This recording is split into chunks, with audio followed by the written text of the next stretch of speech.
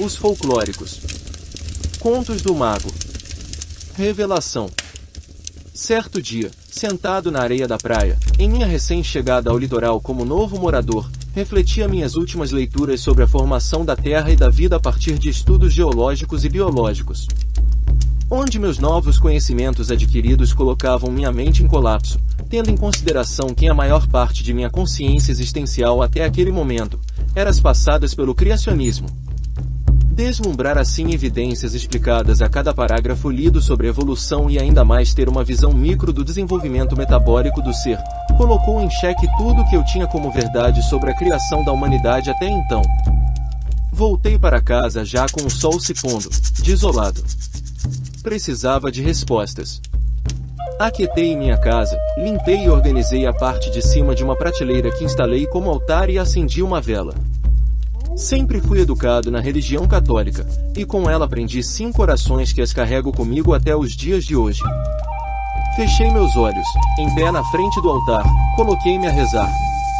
Meu coração e minha mente foram se aquietando também conforme avançava nas orações. Ao final, já muito ligado em meditação e bastante emocionado, dei-me conta de o quanto a oração era poderosa. E se assim fosse, haveria sim uma força maior que rege por todos nós. Ainda mais fervoroso após terminar a sequência mântrica de minhas orações, me coloquei a dialogar com Deus.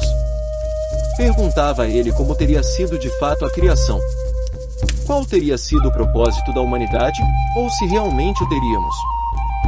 Se éramos seres divinos de fato ou apenas acasos evolutivos? Para onde iríamos após a morte? Ou será que seríamos apenas mais uma massa orgânica, que após a morte padeceria na terra e viraria alimento para os vermes e adubo para as plantas? Se assim fosse, por que possuímos memória e consciência? Rogava a Deus, ou já naquele ponto, a qualquer ser divino que pudesse me responder tais indagações. Foi quando a luz da vela começou a bruxulear em direções estranhas, como se apontasse para os lados, um de cada vez.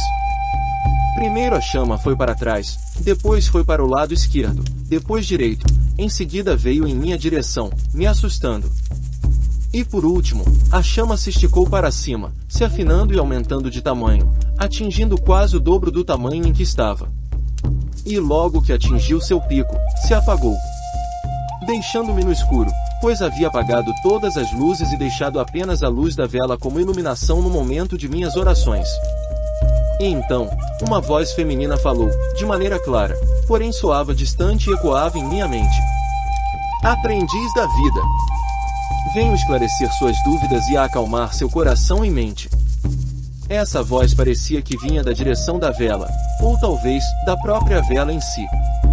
Não poderia vir de outro lugar, uma vez que meu altar era bem próximo à parede, restando espaço somente para meus utensílios sagrados ali dispostos. E assim continuou. Aprenda os valores da vida a partir dos ensinamentos científicos e religiosos. Esqueça dos falsos discursos materialistas e busque conquistar somente o que lhe garantirá a plenitude existencial, para assim poder ter mais foco nos sentidos espectrais, e assim evoluir-se para uma existência mágica. Eu não conseguia acreditar no que estava ocorrendo. Meu corpo estava congelado, inerte. O único movimento que conseguia expressar era o de tremor em minhas mãos e pernas. Quieto e concentrado, além de apavorado, ouvia todas as palavras que saíam da misteriosa chama. Ansiava por saber mais sobre quem falava, além das verdades que aquela voz me ofertava em revelar. E a voz disse mais. A chamada existência, seja ela mágica ou não mágica, conforme sua espécie, passa por 2 processos de criação, seja viva ou não viva.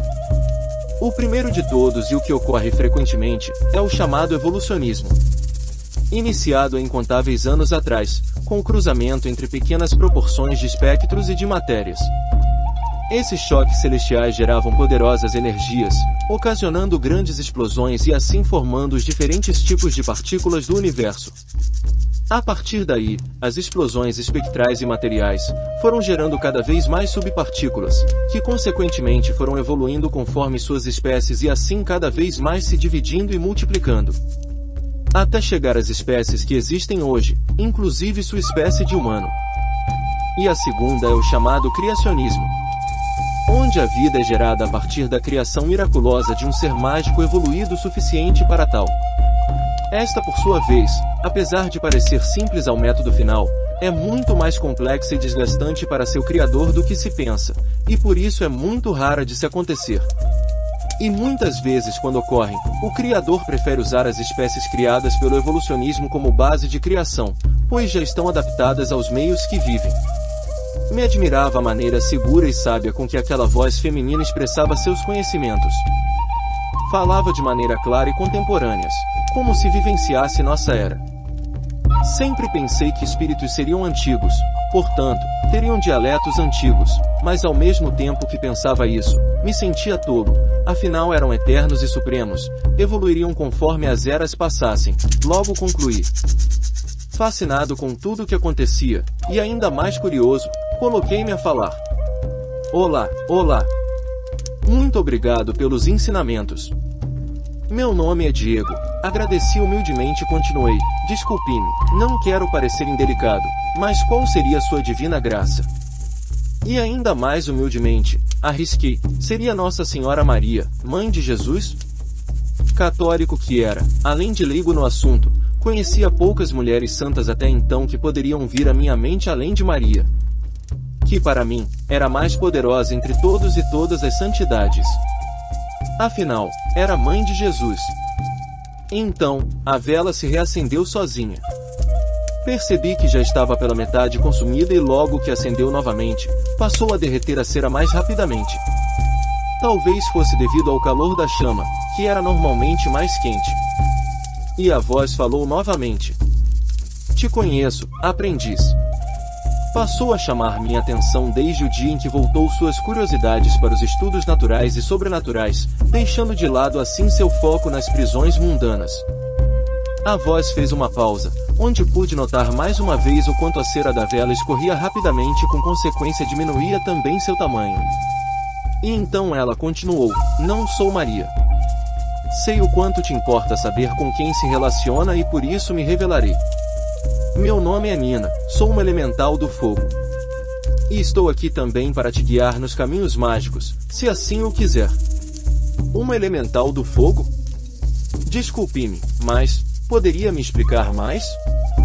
Perguntei cada vez mais espantado com tudo, mas logo respondi muito emocionado e sem qualquer dúvida, claro que quero. Obrigado pela honra. E ela me respondeu intensificando suas chamas. O que entendi como uma reação de alegria e aprovação. Fico feliz com sua decisão, aprendiz. Sua fé no divino abriu a possibilidade de nosso primeiro contato. Você, também por ser um sagitariano, do elemento fogo, facilitou nossa afinidade e minha decisão em me comunicar com você. Mas sinto dizer que nosso tempo está se esgotando para este encontro.